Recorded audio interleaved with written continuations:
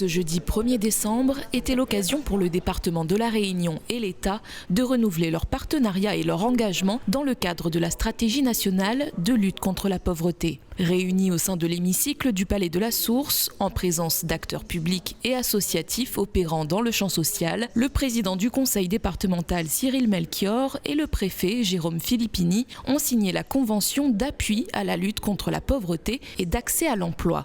Celle-ci vient prolonger pour 2022 la trajectoire empruntée il y a 3 ans lors de la signature de la première convention. Dans un contexte où la vie est chère, l'inflation n'arrête pas de démontrer tous les jours que les familles vivent dans la précarité, il est important que le département et l'État, représentés par M. le préfet, agissent de façon concertée. C'est pour cela que nous avons signé à nouveau une nouvelle convention pour lutter contre la pauvreté et la précarité. Tout simplement, cela consiste en la mise à disposition au bénéfice des associations d'acteurs de terrain de moyens supplémentaires pour leur permettre de travailler auprès des plus démunis. Je pense par exemple aux associations d'aide alimentaire, aux associations d'insertion professionnelle, aux associations d'accompagnement dans le domaine du logement. Aujourd'hui, il s'agit pour nous d'aller vers nos concitoyens.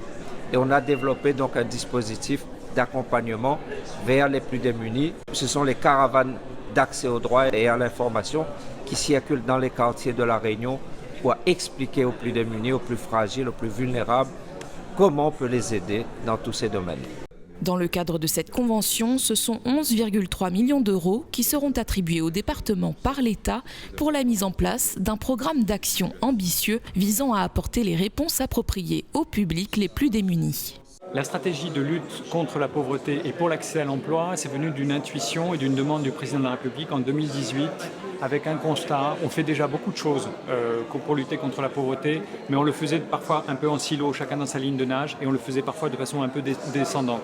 Ce que le président de la République a demandé, c'est que dans chaque territoire, chaque président de conseil départemental puisse travailler avec l'État, avec la CAF, avec Pôle emploi, avec le tissu associatif, pour définir des actions adaptées au territoire. Voilà, c'est ça la stratégie.